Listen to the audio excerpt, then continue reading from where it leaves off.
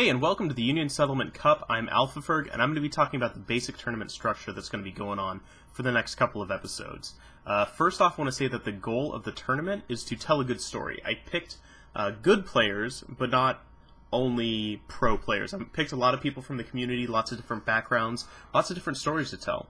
And I'm hoping to tell their story and portray it to you so you can get a good idea of what's going to be going on, because I'm sure a lot of you out there have good stories to tell as well.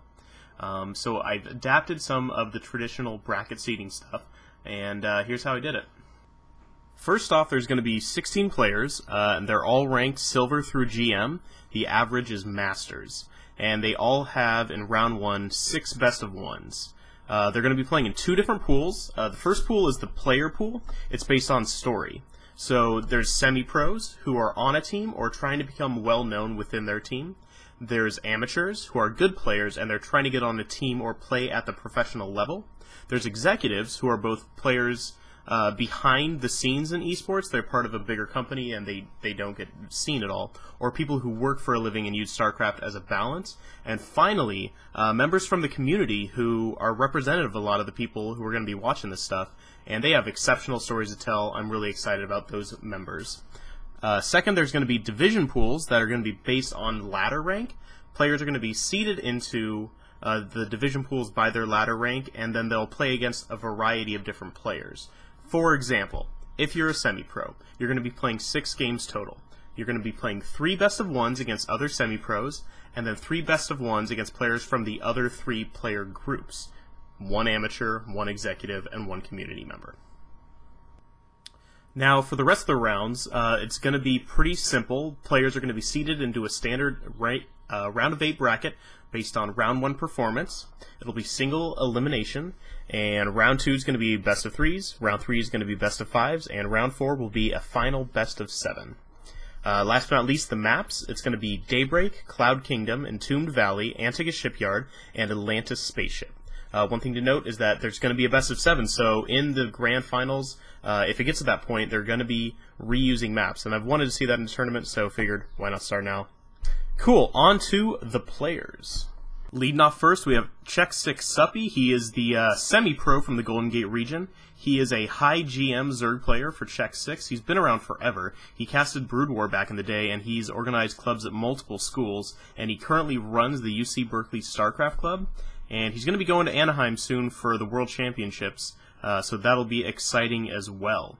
Second off is going to be NMX Hendralisk. He's a Zerg from the semi-pro bracket as well, and he's going to be playing in Hollywood. He's Grandmasters as well. He also qualified for the World Championships, but he's playing actually as a Canadian, and he'll be doing that in Toronto. He's a very good player. He's been GM for a long time, and his notable achievement for a school show match, he played against Whiterot, so I'm really excited to see him bring those skills against the other players in this tournament. Third off is TBeezy. He's the semi-pro from South Beach. He's a Terran, and he is very high Masters. He's currently studying at UC Davis, and he just loves the StarCraft 2 community. I'm really looking forward to what he's going to get done. He's going to Anaheim as well. Sasquatch is our 4th player. He's the Zerg. He's the amateur, our first amateur, from Wall Street. He is a high school senior who's currently in the Complexity Academy, and he wants to push himself as hard as he can to become the best player possible. 5th is Lemony Tang. He's the amateur from South Beach. He's a Masters Terran living in the UK, and he started playing as a bond with his older brother. He's played in some minor tournaments, and he wants to become better known, and most importantly, not to be confused for Tang SC. So this isn't Tang SC, it's Lemony Tang. He's a good guy. 6th off, we have Frogus, the Terran. He's a community member, actually, the highest ranked community member from South Beach. He lived in Korea for a year teaching English, and he saw firsthand the StarCraft culture in Korea. He likes to say when he plays, the universe just melts away, he can focus on the game, he's all up in it. 7th, we have CG Fatal. He's a Terran player. He's the semi-pro from Wall Street. He's playing on Cross Gaming from Hong Kong. He's traveled around the C region playing. He won his sponsorship from a tournament in Hong Kong. And he's also known as Stimmed Probe. You might have seen some of his guides on Team Liquid. Batting 8th, we have Theovide. He is a Terran player from the Hollywood region. He's an amateur. He's a Swedish player. He started out in Platinum, and he took a very long way. He took a long path to get to his current spot in Masters, and his notable achievement, he was in the Playhems in the EU server, and he lost to Beastie Cutie. He got up to Beastie Cutie, so pretty good job there. Ninth, we have Clairvoyance. He's a community member from Wall Street. He plays a lot like a lot of the people in Team Liquid community, I imagine. He's not super devoted to the game, but he takes his time, he puts in the games, he does his best to improve.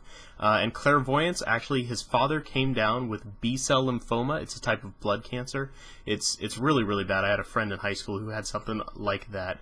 And he's just doing his best. His story really touched my heart. His family's rallying around the illness. They're becoming a lot closer. They're giving each other support. It really shows me that despite setbacks, people can care about each other, and a close family can overcome anything. So really good luck to Clairvoyance. He's 9th. 10th, we have Void RH. He's an amateur from the Golden Gate region. He's part of the Relentless Heroes community team. That's what the RH is. And he's trying to rebuild the team. He wants his community to be noticed. It's a large community that used to have a lot of amazing players. It's kind of died off recently. I know I haven't really heard of them. 11th, we have Leica. He is the first executive. He's in the Hollywood region, and he actually lives in the EG house. If you saw the Thorazane video, that's what he made. He also runs the MCSL. He's not a great player, but he will have some coaching from other EG players like DeMuslim, and he says if he wins, he will produce something for the community. He'll, bribe Idra to GG in a game. He'll make another Machine versus Food. He'll have some karaoke night video, something like that. So really exciting stuff there.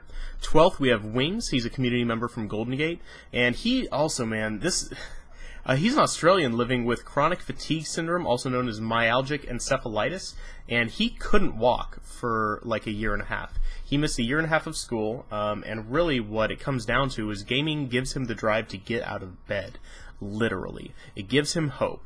When he was sick and couldn't walk, he would micro. Those are his own words. He loves the community, he loves being excited, he loves watching GSLs, and he dreams to become a pro gamer. More power to him, so I'm excited to see what he brings to this tournament. 13th, we have Guns, community member from Hollywood. This guy is a soldier coming off of active duty. He looks a little goofy, but you know what? He lives with his parents, with his wife, and he's trying to get a job. He's having trouble finding work, and he said that he will take his wife out to a nice dinner if he wins this prize money, so I'm looking forward to that. LaserCats ZT is the 14th person. He's an executive from the Golden Gate, and he is actually a director, editor, producer of a production company. He recently made a music video for a band named Anchored featuring Snoop Dogg. In fact, Snoop Dogg is like right next to him in this picture. I couldn't fit in Snoop, but he's definitely right there. I saw the photo. I can show it. I'll have proof in the thread. And he wants to support his clan, Zero Tolerance, another team I haven't really heard about. 15th, we have Gosu Timbu. He's an executive from Wall Street. He's an intern at It's Gosu, and he's going to be doing interviews at MLG Anaheim. He's pretty new to the scene, but he's trying to practice his writing. And he says he has a slight carpal tunnel syndrome, but he has determination to continue to play and improve. Last but not least, we have our 16th member, Pindar, the Protoss, the executive from South Beach. He's 42 years old. He is not a young guy. He lives in Seattle. He attends Barcraft regularly. But the special thing about him is he made a pact with a friend to reach Gold League before MLG Anaheim. It's about a week and a half from now. So he's trying his best. He's actually submitted a lot of matches already. He's jumping on it. He's played like 4 or 5 matches already. He's gone. So these are the final player groups right here. It should start making sense. The division pools, they're all in their colored division pools here. And then here on the round 1 bracket, they're all in their player groups. So they're going to be playing 3 games against the players in their division pools, 3 games against the players in their player groups. Feel free to visit the Team Liquid thread and leave thoughts. It's going to be linked below in the YouTube channel. Or you can email me at alphaferg@gmail.com. I hope to have the next 2 episodes out before MLG Anaheim, so look forward to it, guys. AlphaFerg out.